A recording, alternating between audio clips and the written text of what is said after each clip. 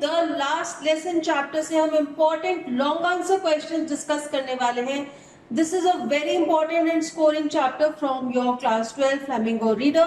So please don't miss this session because अगर आप ये questions practice कर लेते हैं तो आपके short 6 मार्क्स सिक्योर हो जाते हैं क्योंकि इनमें से एक लॉन्ग आंसर क्वेश्चन आपके एग्जाम में आ सकता है. इन लॉन्ग क्वेश्चंस के अलावा आपको इंपॉर्टेंट कैरेक्टर्स यानी कि एम हैमिल और फ्रांस के कैरेक्टर्स के बारे में भी पता होना चाहिए बिकॉज लॉन्ग आंसर क्वेश्चंस में बहुत बार कैरेक्टर से रिलेटेड क्वेश्चंस पूछे जाते हैं. तो चलिए हमारा सेशन शुरू करते हैं.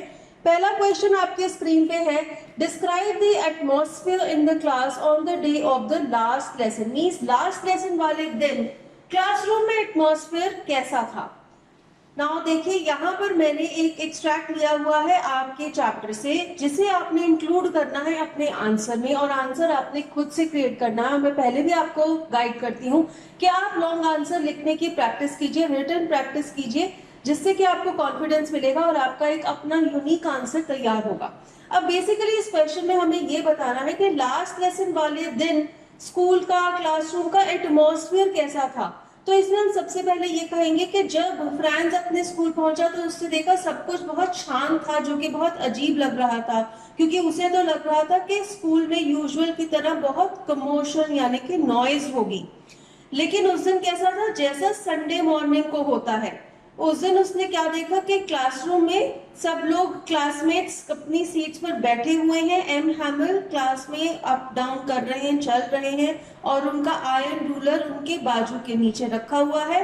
उन्होंने अपने सबसे अच्छे सुंदर कपड़े पहने हुए थे और वो बहुत अजीब था क्योंकि वो ये कपड़े सिर्फ किसी ओकेजन पर पहनते थे. और उस दिन उसने क्या देखा कि उस दिन सब कुछ बहुत अजीब था और बहुत शांति थी स्कूल में. लेकिन उसे सबसे ज्यादा अजीब ये चीज लगी कि क्लासरूम के बैक बेंचेस पर विलेजर्स आकर बैठे हुए थे. कौन कौन. ओल्ड हॉसल बैठा हुआ था, फॉर्मर मेयर बैठा हुआ था और सब लोगों के चेहरे बहुत दुखी थे. ठीक है, तो ये सारी इंफॉर्मेशन आपने इंक्लूड करनी है इस आंसर में. नेक्स्ट क्वेश्चन है justify the title the last lesson. अब देखिए जब भी कोई टाइटल वाला क्वेश्चन आता है तो हमें ये बताना है कि ये जो टाइटल है ये स्टोरी के साथ हम कैसे रिलेट कर सकते हैं. अब टाइटल है द लास्ट लेसन और इसमें हम ये कहेंगे कि ये दिन उनके स्कूल में फ्रेंच क्लास का लास्ट लेसन था बिकॉज एल्सास एंड लोरेन के जो डिस्ट्रिक्ट्स थे फ्रेंच डिस्ट्रिक्ट्स उन्हें अब रशिया ने अनेक्स कर लिया था यानी कि उन्हें कॉन्कर कर लिया था और प्रशिया ने ये अनाउंस किया था कि अब वहां पर जर्मन पढ़ाई जाएगी उन स्कूल्स में. That day is the last day of the French teacher M Hamel in the school and M Hamel has taught there for the last 40 years. इसी वजह से उस दिन की जब डिस्क्रिप्शन हो रही है स्टोरी में इसी वजह से स्टोरी का नाम है द लास्ट लेसन. चलते हैं नेक्स्ट क्वेश्चन की तरफ. What did the teacher tell the students on the last day. Why. What impact did it have on them? अब उस दिन लास्ट लेसन वाले दिन टीचर एम हैमिल ने स्टूडेंट्स को क्या बताया. तो उन्होंने उन्हें कहा कि ये मेरा लास्ट लेसन है और डिटेल्स बताई कि जर्मनी से ऑर्डर्स आ गए हैं कि अब अगले दिन से वहां पर जर्मन लैंग्वेज पढ़ाई जाएगी. न्यू मास्टर कल से आएंगे और ये तुम्हारा फ्रेंच का लास्ट लेसन है और मैं चाहता हूँ कि तुम बहुत अटेंटिव हो. ये भी मैंने बुक से ही लिया है. ये इंफॉर्मेशन आप इंक्लूड करेंगे. उसके बाद जब फ्रांस ने सुना तो उसको बहुत अजीब लगा क्योंकि एम हैमिल ने कहा कि मैं तुम्हें डांटूंगा नहीं क्योंकि तुम्हें खुद ही बहुत बुरा लग रहा होगा कि तुमने अभी तक फ्रेंच सीखने को इम्पोर्टेंस नहीं दी और अब तुम्हें लग रहा है, तुम्हें रियलाइज हो रहा है कि अब तुम फ्रेंच नहीं सीख पाओगे और तुम्हें बहुत गिल्टी फील हो रहा होगा. फिर वो कहते हैं कि एल्सास के यानी कि पूरे डिस्ट्रिक्ट के साथ यही प्रॉब्लम है, सभी फ्रेंचमैन के साथ यही प्रॉब्लम है कि वो बहुत ज्यादा प्रोक्रेस्टिनेशन करते हैं. मीन्स वो अपने लर्निंग के काम को अगले दिन पर डाल देते हैं. और अब तुम्हें जर्मन्स ये कहेंगे कि तुम्हें अपनी ही लैंग्वेज नहीं आती, इसी वजह से तुम अपने देश को अफोर्ड नहीं कर सकते, इसी वजह से अब हम तुम पर राज करेंगे. और फिर वो फ्रांस को कहते हैं कि तुम ही अकेले गलत नहीं हो, हम सबको गिल्टी फील हो रहा है. तुम्हारे पेरेंट्स जो कि तुम्हें पढ़ने नहीं देते थे, तुम्हें काम पर भेज देते थे फार्म्स में, मिल्स में, और मैं जो तुम्हें अलग अलग कामों पर भेज देता था, जैसे कि मैं तुम्हें अपने घर भेज जाता था फ्लावर्स को पानी देने के लिए, या फिर जब मैं फिशिंग करने जाता था तो मैं तुम्हें छुट्टी दे देता था। फिर वो फर्दर कहते हैं कि फ्रेंच लैंग्वेज सबसे अच्छी लैंग्वेज है, सबसे लॉजिकल है, सबसे क्लियर है। और फिर वो कहते हैं कि हमें अपनी लैंग्वेज को गार्ड करना चाहिए क्योंकि language is the key to freedom from slavery. फिर वो एक ग्रामर का बुक खोलकर उन्हें पढ़कर सुनाते हैं और साथ ही साथ उन्हें जो नई नोटबुक्स देते हैं वो भी बहुत खूबसूरत है और उनके ऊपर अल्सास फ्रांस ऐसे लिखा हुआ है। और जब क्लास खत्म होती है तो वो कुछ नहीं बोल पाते और ब्लैक बोर्ड पर वीवे ला फ्रांस लिख देते हैं, यानी कि लॉन्ग लिव फ्रांस। तो ये सब कुछ एम हैमिल उस दिन बताते हैं अपने स्टूडेंट्स को। और वो ये सब कुछ क्यों बताते हैं?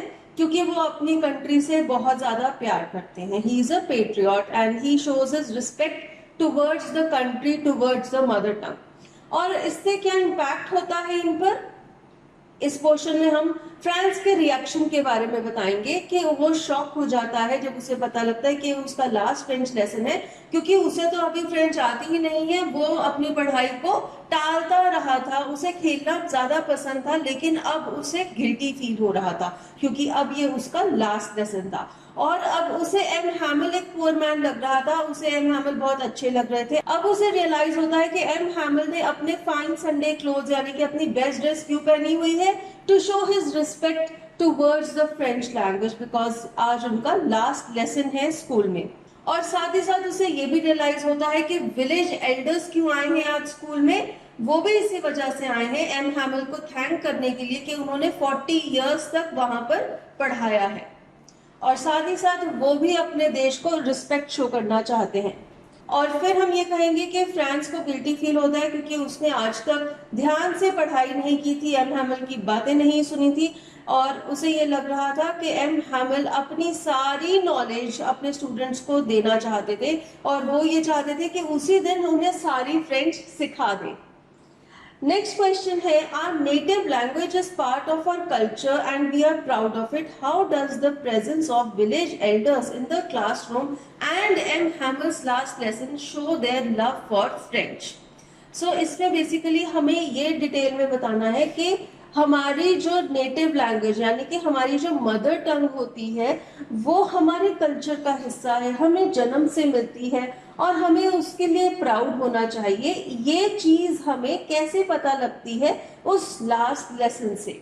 तो हम क्या कहेंगे कि उस लास्ट लेसन वाले दिन विलेज एल्डर्स आए हुए थे to show their respect towards the mother tongue and to show thanks towards M Hamel who had been teaching French language over there in the school for the last 40 years.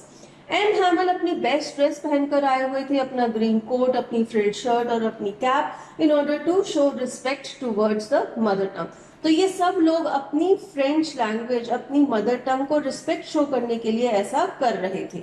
फिर M हैमिल अपने students को बताते हैं कि French language सबसे खूबसूरत language है दुनिया की। वो अपनी मदर टंग की प्रेज करते हैं, कहते हैं कि वो क्लियरेस्ट, मोस्ट लॉजिकल लैंग्वेज है और उन्हें उसे गार्ड करना चाहिए because the mother tongue is the key to freedom from slavery. So ये इंफॉर्मेशन भी आप अपने आंसर में लिखेंगे और साथ ही साथ उन्होंने उन्हें जो नोटबुक्स दी उस दिन उनके ऊपर भी फ्रांस एल्सेस ऐसे लिखा हुआ था, जो कि उनके पेट्रियोटिज्म को रिफ्लेक्ट करता है।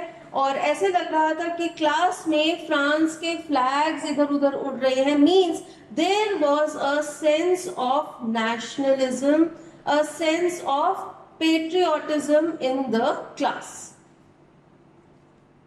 Next question, France thinks, will they make them sing in German, even the pigeons?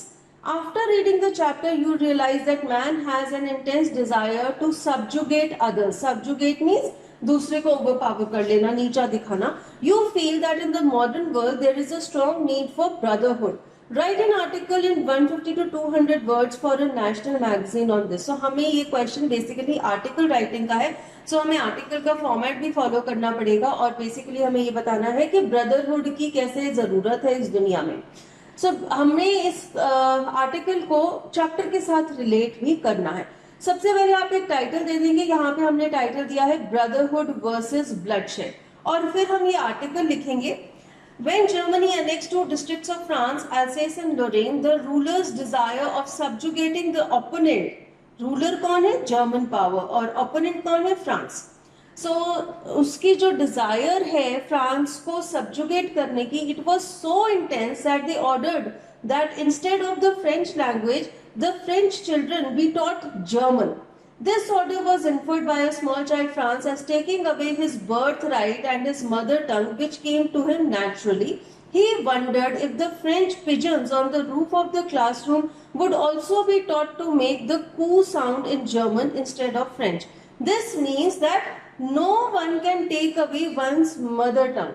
This linguistic chauvinism by the German powers showed the intense desire to subjugate its neighbor France. Linguistic chauvinism means आप ये show करना चाहते हैं कि आपकी language superior है.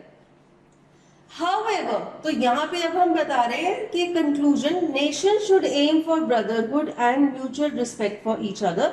The hunger for power and the desire to annex more and more territories indicates the hunger to subjugate others. So देखिए, इसके साथ हमने इसे कंक्लूड कर दिया. ये जो पैराग्राफ अभी हमने लिखा हुआ है आर्टिकल, ये अराउंड 150 वर्ड्स का है. तो अभी आप इसमें 4-5 लाइंस और ऐड कर सकते हैं, और साथ ही साथ ये क्रिएटिव क्वेश्चन है, इसमें आप अपने आइडियाज भी ऐड कर सकते हो और आप एक आर्टिकल लिख सकते हो जिसमें आपने ये बताना है कि आज की दुनिया में ब्रदरहुड की कितनी जरूरत है, और साथ ही साथ ये भी बताना है कि इस कहानी में जर्मनी क्या कर रही है, किस तरह से वो फ्रांस को सबजुगेट करने की कोशिश कर रही है अपनी लैंग्वेज इंपोज करके. नेक्स्ट क्वेश्चन है, can you compare any of your teachers with M Hamel? What values did he possess that every teacher should be endowed with? Was he a patriot? Explain.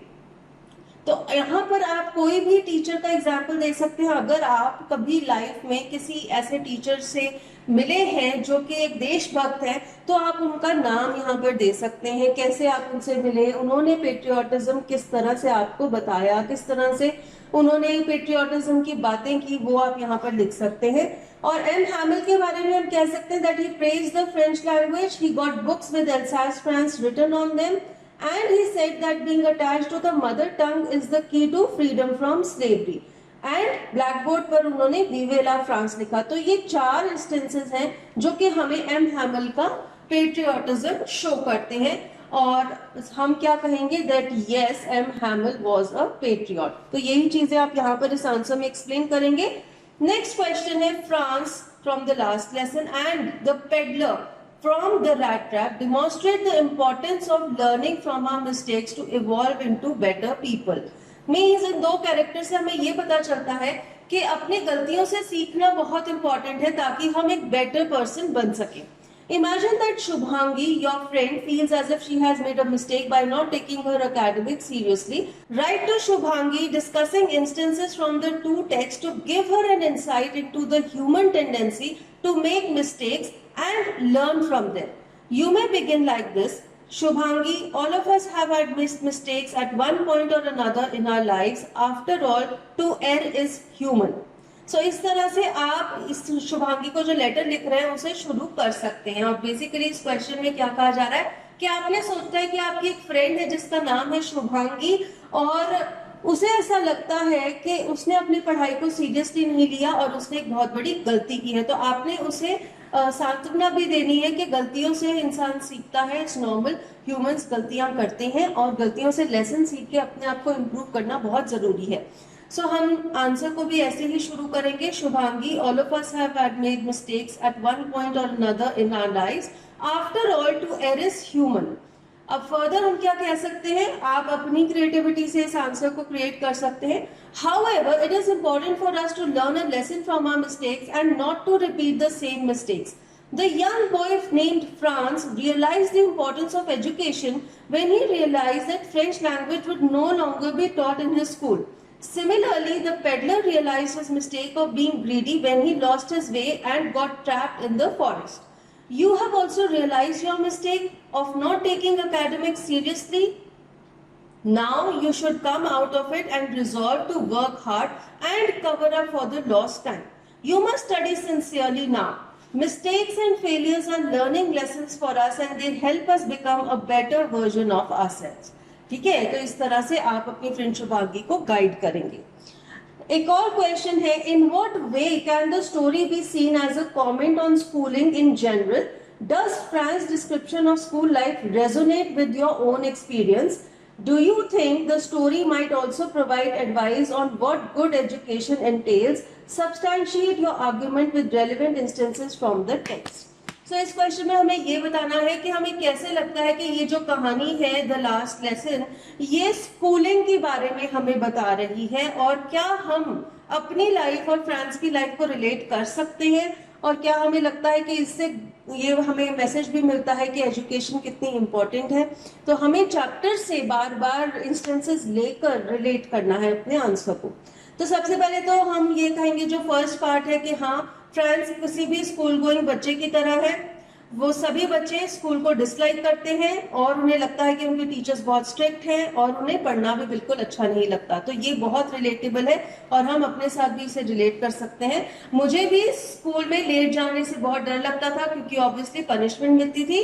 तो इस तरह से आप अपने experiences भी लिख सकते हो।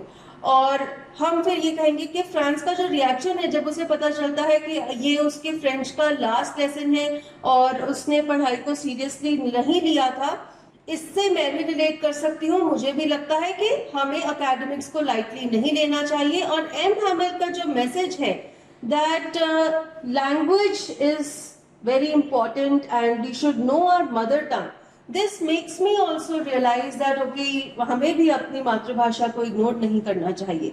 The presence of village elders in the class also supports this argument of M Hamel. Village elders भी उस दिन फ्रेंच लैंग्वेज को ही सपोर्ट देने के लिए, रिस्पेक्ट देने के लिए क्लास में आए थे। तो उससे भी हम कह सकते हैं कि हाँ, एम हैमिल का जो मैसेज है उसे और ज्यादा सपोर्ट मिल जाता है। इसके साथ ही आज हमने देखे द लास्ट लेसन के very important long answer question. मैं एक बार फिर से आपको याद दिलाना चाहूंगी, it is very important for you to do written practice of long answer questions and then you can score full marks in your long answer question. So keep on studying, stay happy till we meet next. Thank you.